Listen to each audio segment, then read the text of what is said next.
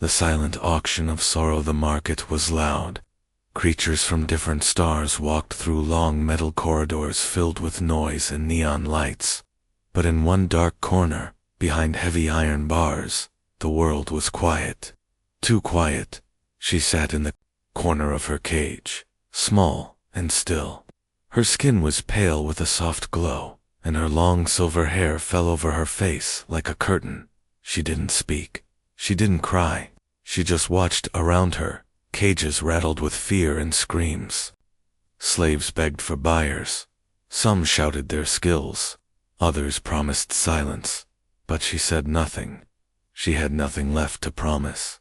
The auctioneer, a thick, four-armed creature with yellow eyes, banged his cane. Next, he growled. A strong alien was dragged forward. Bidding began fast. Credits shouted, hands raised. The buyer took him away in chains. More cages opened. More lives were sold. Then came her turn. The guards dragged her forward and lifted her by her arms. She didn't resist. She had learned long ago, resisting only brought pain. She's no fighter, the auctioneer said. Barely speaks. Number. Use in labor. Maybe someone wants her for ... decoration. The crowd laughed. Some looked away. A few stared at her strange beauty, but none made an offer. The auctioneer sighed. 1 credit. Anyone. Silence. No one. She's clean, quiet, light on food. Still, no hands raised. And then, he walked in. The human man didn't belong in a place like this. He wore a brown coat, boots covered in dust. His eyes were tired, but sharp. He was just passing through the market, looking for spare parts for his ship. But then, he saw her. She looked up, just for a second. Their eyes met. She expected him to look away like the others. He didn't. Walked closer to the platform. The crowd moved aside. He stopped in front of the auctioneer and spoke calm and clear. I'll take her. The auctioneer blinked. What? I'll take her. 1 credit. The crowd laughed again. Waste of money. Someone shouted. Might as well burn it. But the human didn't care. He handed over the credit chip. Open the cage. The auctioneer shrugged. She's yours, human. Good luck. The guards unlocked her chains and pushed her forward. She stumbled, weak. She waited for him to hit her, shout at her, order her to follow. But he did none of that. He just looked at her, gently, and said, Can you walk? She nodded slowly. Then come. They walked side by side through the crowd. No one stopped them. Why would they? She was just a broken thing, sold for almost nothing. But to the human, she wasn't nothing. At his ship, he gave her a blanket. Not chains. He handed her water. Not orders. She sat in a quiet corner, still unsure. Her hands shook. What's your name? He asked. She looked down. No name, he said softly. That's all right. You can tell me later. Or never. It's your choice. Choice. That word hit her like a sharp wind. She had not heard that word in years. Slaves don't get choices. Later, he gave her food. Real food. Warm and soft. She stared at the plate for a long time. Finally, she ate slowly, like someone who feared it might disappear. The human didn't watch her like she was an animal. He didn't talk much either. He just sat on the other side of the small ship, fixing parts and humming softly. When she finished eating, she curled into the corner and pulled the blanket over her shoulders. The human didn't come close. He let her sleep in peace. For the first time in years, she dreamed. The dream wasn't about pain, chains, or shouting. It was soft. It was of a garden one she remembered from long ago, before she was taken down. The morning, she woke up and found a small shirt and pants folded beside her. Clean clothes, nothing fancy. But they were hers now. She still hadn't spoken. Not a single word. He didn't ask her to. Instead, he pointed to the stars through the window. Where would you like to go? He asked. Anywhere but back there. She stared at the stars. They looked endless. She didn't know yet where she wanted to go. But for the first time, she felt like maybe, just maybe, she had somewhere to go at all, and someone who wouldn't treat her like she was nothing. Someone who saw her not as a thing to use, but as someone worth saving. A hand reaches through the bars. The ship was quiet as it moved through the stars. The engines hummed gently. The lights were soft, not harsh. She sat in the corner, arms around her knees, watching the human work at the control panel. His name was Ethan. He hadn't asked her to work, hadn't asked her to cook, hadn't asked for anything. That alone confused her. Every place she had ever been before had rules, orders shouted, pain if she didn't obey. But here, there were no shouts, no punishments, no chains, just space and silence. She didn't know how to handle it. She watched Ethan closely. Every time he moved, she flinched, expecting a hit, but his hands never reached for her. Not with anger, not with command.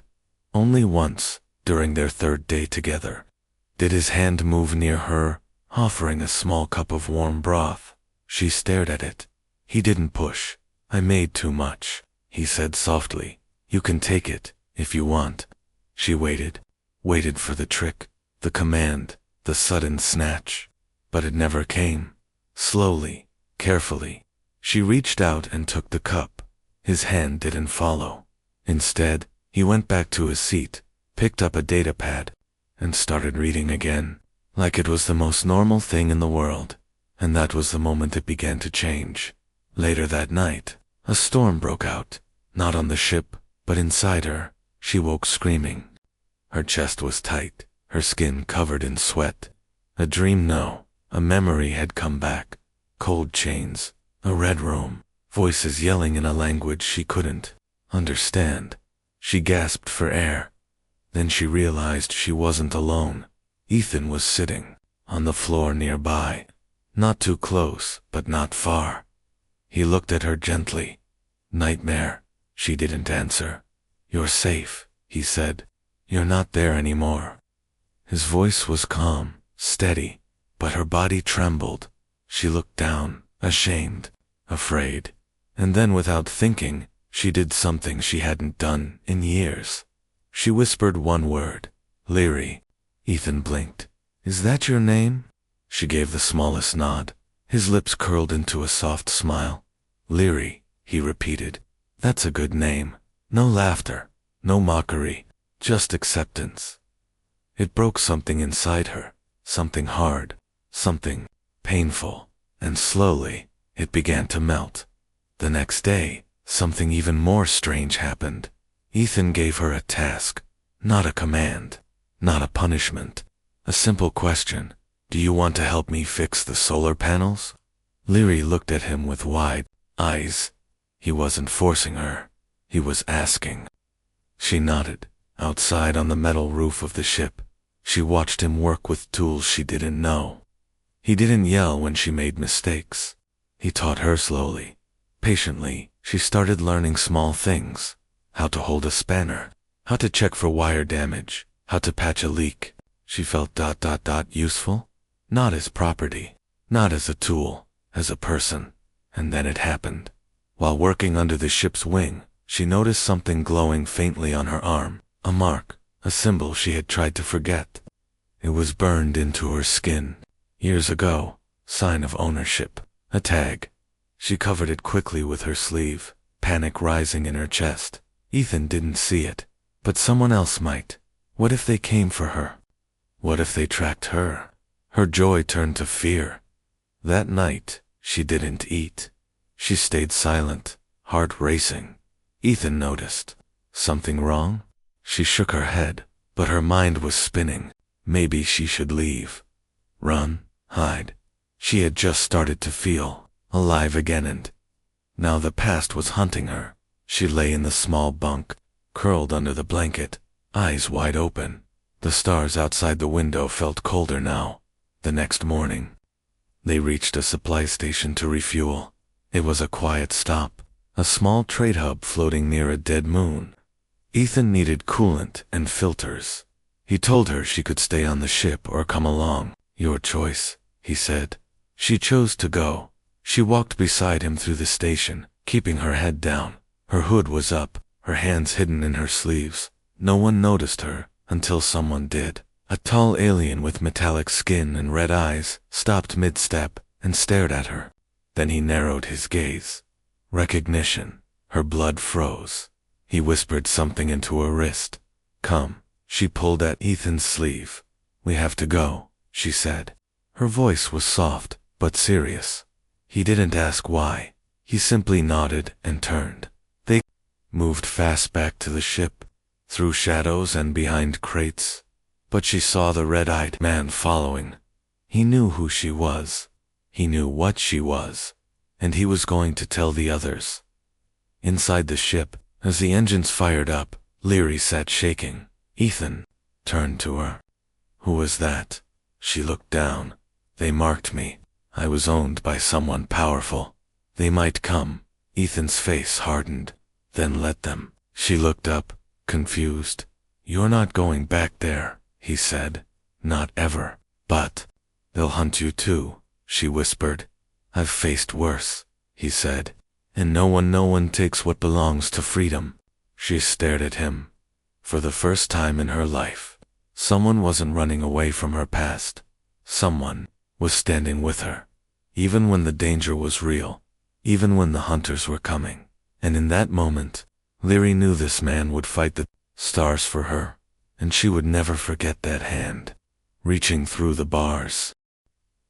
She has a name. Ethan didn't speak much for the next few hours. After escaping the station, he kept his eyes on the radar and his hands steady on the controls. His face was calm, but Leary could see the tension behind his eyes. He was thinking, planning, preparing for something. She sat behind him in silence, curled up on the narrow seat near the back wall. Her fingers twisted nervously around the cloth of her sleeve. The symbol on her arm burned like a fire from the past she couldn't escape. Finally, after they had flown far into a quiet, uncharted star field, Ethan powered down the thrusters and turned the ship into stealth mode. Everything became quiet, still. He turned in his chair and looked at her.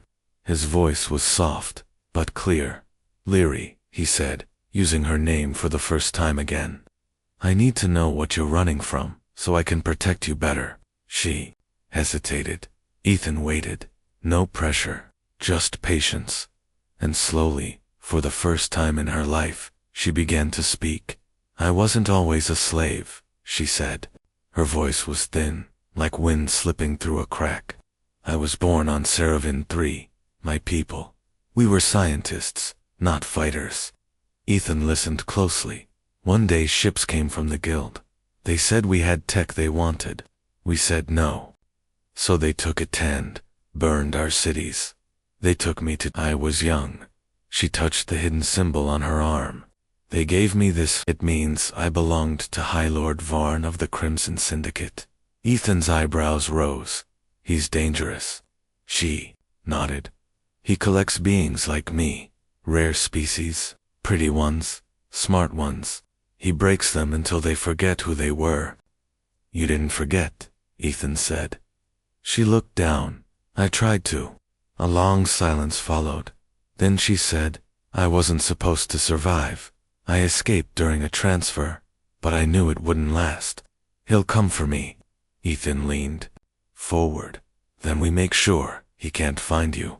Leary stared at him, unsure. Why do you care? You bought me for 1 credit. You could have walked away. Ethan smiled softly. I didn't buy you. I rescued you. There's a difference. She blinked. But why? Ethan's face turned serious. Because I've seen too much cruelty in this galaxy.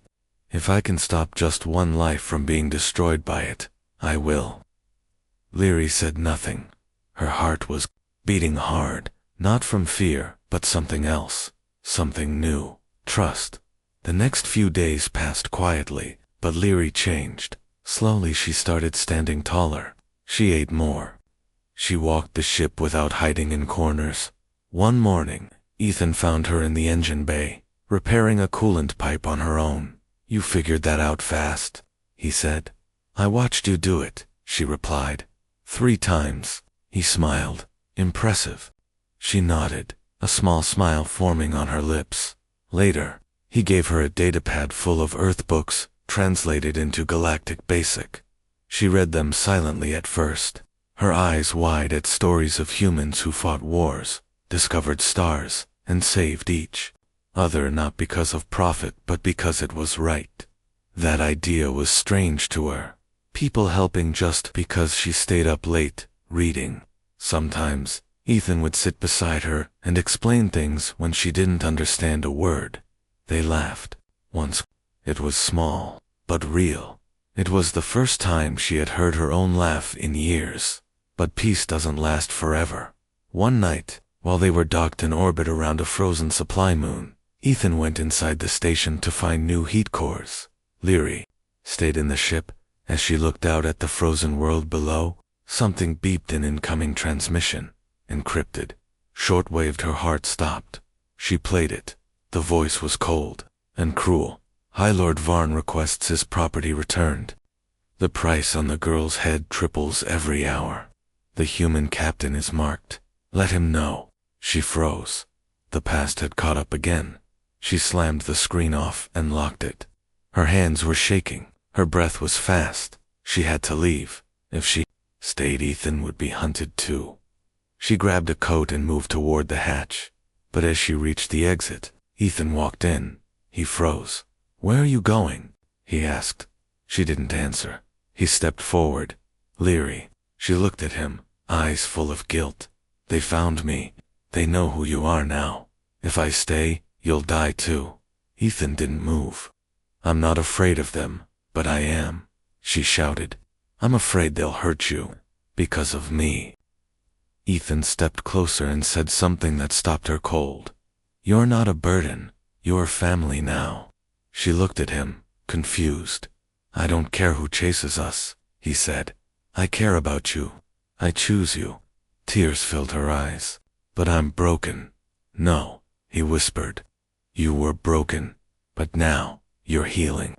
Then he held out his hand, just like he had the day he first saw her in that cage. Stay. She stared at the hand, and this time, she took it. The past hunts, the broken, the stars outside looked peaceful, quiet, endless, but peace was a lie. Inside Ethan's ship, alarms blinked red. Ethan stared at the screen in silence. Leary stood behind him, frozen. On the monitor, a signal. Pulsed, faint, coded, but clear. They're tracking us, Ethan said softly. Varn's hunters are close. Leary stepped back. How did they find us so fast? They marked you, Ethan said. That symbol on your arm, it's not just a brand. It's a tracker. Leary looked down, fear rising. Then, it's my fault. Again. No, Ethan said. It's not your fault. But we'll make sure they never use it again. He opened a drawer under the console and pulled out a small device, metal, sharp, glowing. A neural burn tool, he said. It'll remove the tracker, but it will hurt. Leary hesitated. Then she nodded. Do it. She didn't flinch when he touched her arm. She didn't scream when the burn tool hissed and erased the mark from her skin. She only stared straight ahead, lips tight. When it was done, Ethan wrapped her arm gently in cloth. No more chains, he said. But they both knew that wouldn't stop what was coming. 3 hours later, the radar screamed again. 3 ships, fast armed, bounty hunters. Ethan's hands moved quickly across the controls. Strap in, we're not going to outrun them. Not this time. Leary's voice was quiet. So what do we do? We fight, he said. She blinked. But I've never. I'll protect you. But I need your help. She nodded. Tell me what to do.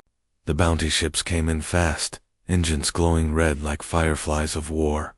Ethan dodged the first wave. Laser blasts streaked past the windows. He flew the ship low through an asteroid field, ducking behind massive rocks. Leary sat in the co-pilot seat, fingers over the shield controls. Her heart pounded. but her hands didn't shake. Ethan shouted, left thruster offline. She adjusted. Shield power to front. A blast hit. The ship shook. Keep it steady, Ethan called. I am. She shouted back. He looked at her and smiled. She was changing, not running, fighting then. One of the bounty ships landed a hit. Direct. The ship tilted hard. Ethan's controls sparked. We have to land, he said. There's a moon nearby. Cold, unscanned. We'll hide there. They dove through the clouds of a frozen moon. Thick white storms swallowed them whole. They crash-landed between jagged ice cliffs. No fire, no explosion, just silence. For a moment, then the hunters came. Boots hit the snow. 3 figures, tall, armored. One of them wore a red cloak. Varn's personal assassin. They spread out, scanners in hand. Inside the ship, Leary pulled a small weapon from the wall, a pulse pistol. Her hand shook. Ethan handed her a second one. You don't have to fight, he said. I want to, she replied. They can't take me again. I won't let them. He nodded once. Then let's make sure they regret ever trying. Outside, the wind howled. Snow blew like smoke. The assassins moved closer. Then Ethan fired. A red glow lit the snow. One hunter fell. They returned fire. Leary ducked behind a frozen rock, breathing fast. Then she heard a sound. A child's cry. No, not a cry, a recording. One of the hunters had activated a voice file. A child's scream. Her own scream. From years ago. She froze. Her mind flooded with memory. The red room. The cage. The cold voice of Varn. You are mine. She almost dropped her weapon, but then, she remembered Ethan's words. You're not an object. You're family now. She gritted her teeth. She stood, and she fired. The final hunter fell. Smoke rose from the snow. Ethan limped toward her, blood on his shoulder. You okay? He asked. She nodded. I've had worse. They looked at the bodies. What now? She asked. Ethan looked at the horizon. We leave this moon, and we send a message. Back on the ship, Leary opened the bounty hunter's comm. She sent a message directly to Varn. Her voice was steady. This is Leary. You branded me. You broke me, but I am no longer yours. Come again, and I will destroy everything you send. She ended the message. Ethan looked at her, proud. You didn't run. She nodded. Not anymore. That night, as they floated far above the frozen world, Ethan made something new, a silver pendant, shaped like a flame. He handed it to her. For your new name, he said. She smiled softly. Leary. No, Ethan said. That name belonged to someone afraid. You get to choose a new one. Now if you want. She looked at the stars, then at him. I'll keep it, she said. But now, it means strength. A world without chains. The galaxy was wide, but for once, it felt quiet. After escaping Varn's hunters, Ethan and Leary traveled through the deep systems, uncharted, untouched, forgotten. The stars above them blinked like curious eyes, watching their every move, but no signal followed. No bounty hunters chased. For the first time since Leary left that auction cage, no one was hunting her. She was free, but freedom, true freedom, was unfamiliar, heavy, confusing. What did it even mean? They found the planet by accident. Ethan had followed a coded signal, an old one. It wasn't a distress call, and it wasn't from any empire or syndicate. It was a whisper across the stars, a message left long ago. Refuge for the broken, hope for the hunted, sanctuary. Leary leaned closer to the screen. Do you know it? Ethan shook his head.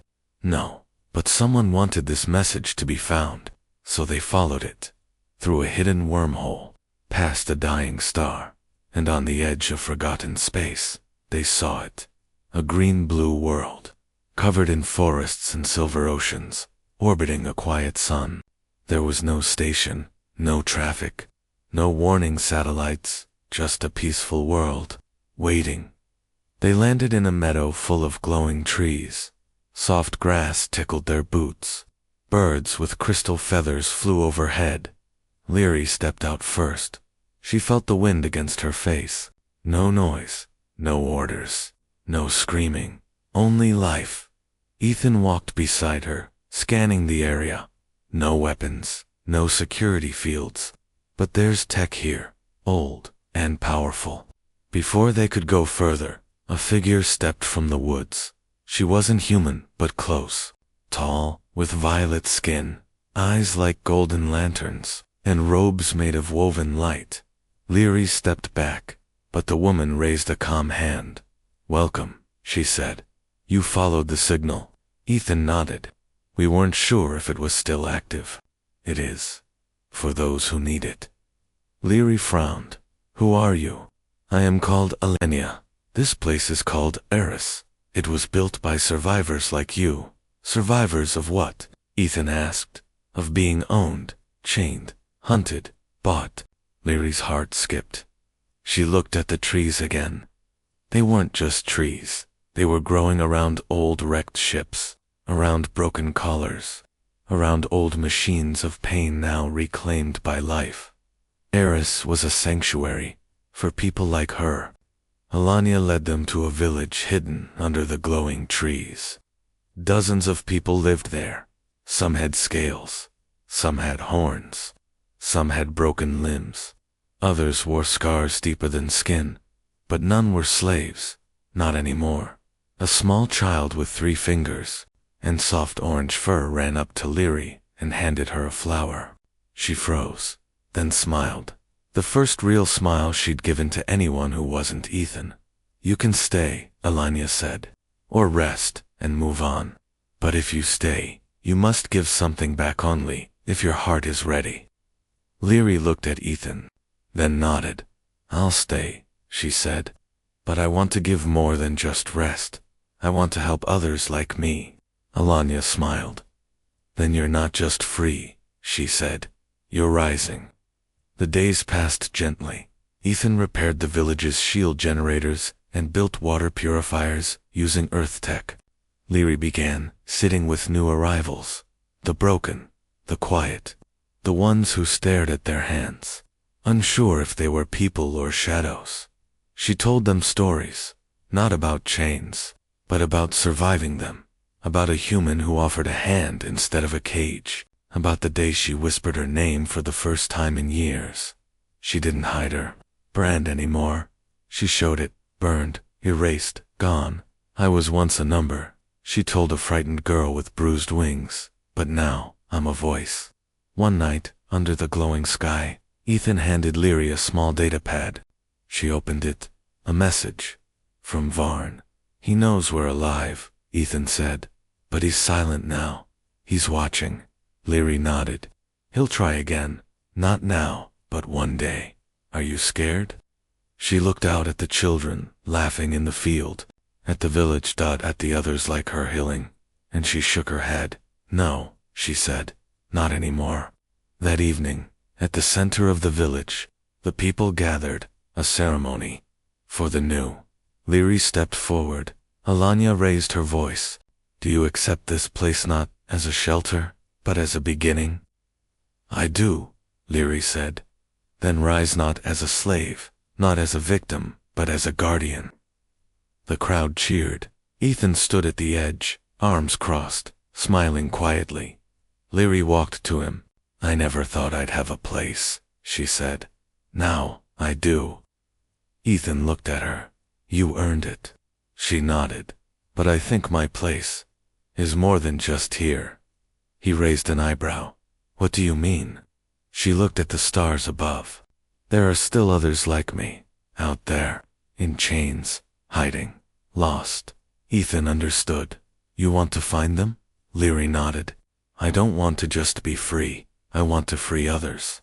And that night, under stars that no longer looked cold, Leary made a choice. She would return to the stars, not in fear, but with purpose. She had a new life, and now, she would offer that chance to others. She stands for herself. The stars looked different now, Not because they had changed, but because she had. Leary stood at the edge of the hangar on Eris, watching Ethan finish repairs on their ship.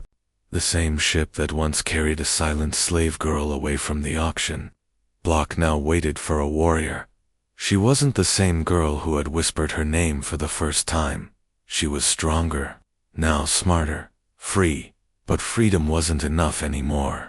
There were still cages out there, still collars, still people like her, waiting for someone to see them. Alanya walked up beside her. "You're leaving?" Leary nodded. "There's a station on the edge of the grind belt. I heard there's a trafficking ring there, disguised as a mining guild." Alanya tilted her head. "You know what going back into that world means." "Yes," Leary said. "They'll come for you, especially him." "I know." Alanya placed a hand over Leary's. "Then go with fire in your heart." The journey through the grind belt was not easy. Rogue meteors, pirate patrols, black markets floating like ghosts in space. They reached the station after 4 days of quiet, jumps and stealth drives. It was dark and rusted, held together by old bolts and bad deals. Leary and Ethan docked at a forgotten port bay. No questions asked. That's how this station worked. If you had money, you were welcome. If you didn't, you were sold. Inside the station, things moved quickly. Leary posed as a merchant interested in rare acquisitions. Ethan stayed close, watching everything.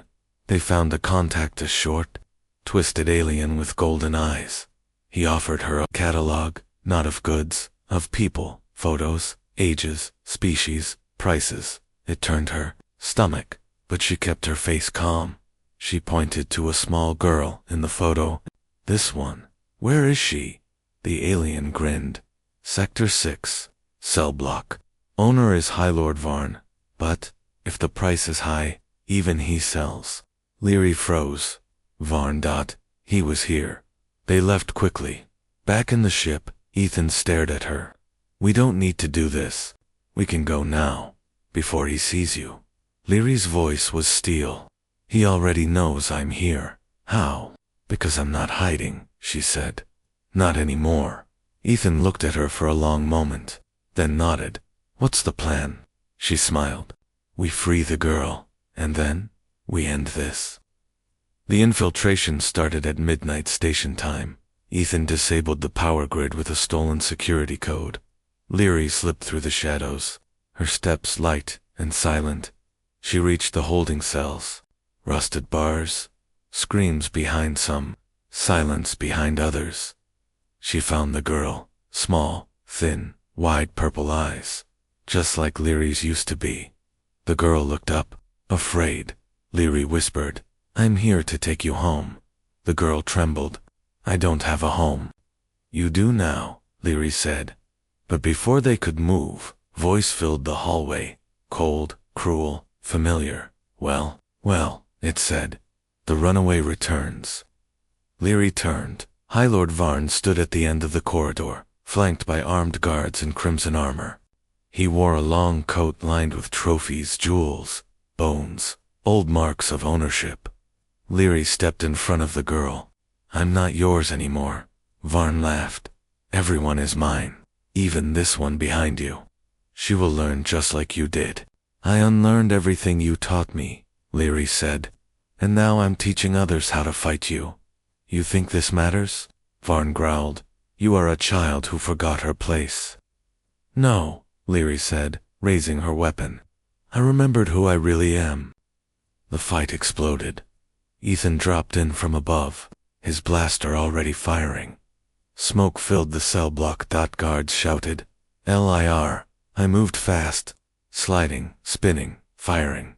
She wasn't just fighting to survive. She was fighting for others, for the girl, for herself. She dodged Varn's strike and slammed him into a wall. "You built your empire on pain," she hissed. "But pain is not loyalty." He struck back, furious. They fought, hand to hand, until finally, Leary threw him against the electrified bars. He screamed and fell. The guards hesitated. Some ran. Some dropped their weapons. None stepped forward to save him. The spell was broken. Hours later, the girl sat wrapped in a warm blanket on the ship. She hadn't spoken much, but she looked up at Leary with wide, trusting eyes. "Who are you?" she asked. Leary smiled softly. "Someone who knows what it means to be caged, and what it means to break the cage." That night, as the stars stretched out ahead of them, Ethan leaned back in the captain's chair. "You stood alone today," he said. Leary shook her head. "I never stood alone. You were there. The girl was there. And all those I left behind were in my heart." He looked at her. "You've changed." She nodded. "Yes, I'm not just a survivor anymore." He raised an eyebrow. "Then what are you?"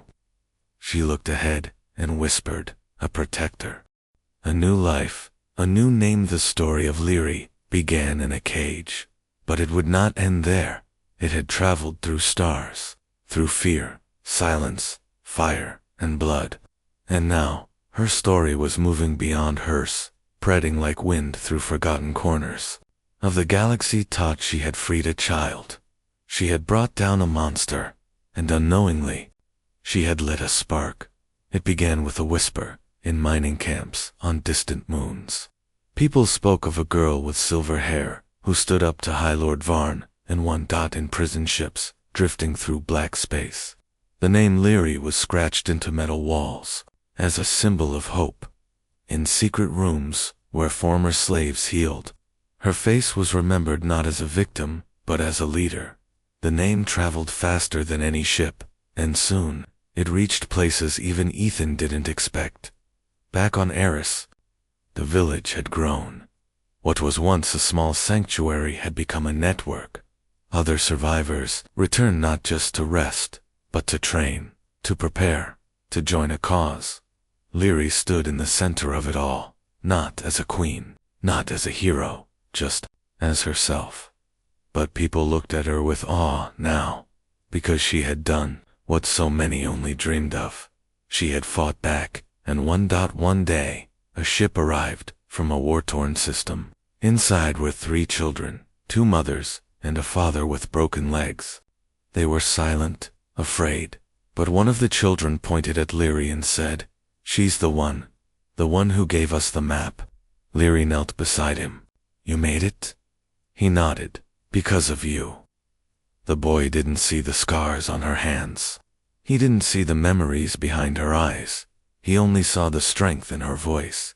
That night, Leary stood under the stars again, the same stars that once watched her sleep in a cage, now watched her build something greater. Ethan walked beside her. "Word is spreading," he said. "The syndicates are nervous." "Good," Leary replied. "But they're sending new enforcers," he warned. "Stronger ones." "I'm not afraid," she said. He looked at her. "You're not the same person I found in that cage." She smiled. "I buried that girl long ago, and yet, something still felt unfinished." One evening, Leary stood alone, in her chamber, staring at her reflection. She still wore the same necklace Ethan had made, the one shaped like a flame, but something inside her had changed again. She no longer needed a symbol to remind her of strength. She was the symbol now. She pulled out a small data console and began to record a message. Not to one person, to everyone. "My name was Leary," she said, her voice steady, clear. "I was born on a world that burned. I was taken, branded, broken." She paused. "But I survived. I escaped. I healed. And now, I rise." The screen blinked, red recording active. She continued. "To those of you in chains, I see you. I know your pain, but I also know something greater. You are not nothing. You are not an object. You are not forgotten." A tear ran down her cheek. "You are people, and you deserve to be free." She breathed deeply. "If you can run, run. If you can fight, fight. And if you can't do either, wait. We are coming." She pressed send. The message shot through the stars like fire. Over the next weeks, the galaxy changed. In small ways at first. Guards disappeared from outposts. Slaves vanished into the night. Traffickers were found unconscious, chained in the same collars they once used. Someone was helping them. A group, a force led by a girl with silver hair and burning eyes. 1 year later, the heiress resistance was no longer a secret. It was a movement.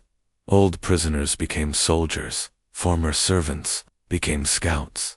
Leary stood among them, not above them, still teaching, still fighting, still healing, and yet people whispered something new. They no longer called her Leary. They called her Alira, a name from the ancient language of her people. It meant, the one who rebuilds what was broken. Ethan joined her on the command deck of the newest resistance ship, watching new recruits arrive from across the stars. "You've become more than a symbol," he said. Alira nodded. "Symbols fade, but truth keeps growing." He raised a brow. "And what is your truth?" She turned to him, her voice soft but unshaken. "That I was treated like an object," she said, "but one human gave me freedom, warmth, and a new beginning. And now I give it to others." They stood in silence for a moment, watching, as chains were broken, as cages were emptied, as stars were no longer just cold lights but doorways to freedom. Alira closed her eyes, and for the first time in her life, she felt whole, not because she escaped her past, but because she used it to light the way for others.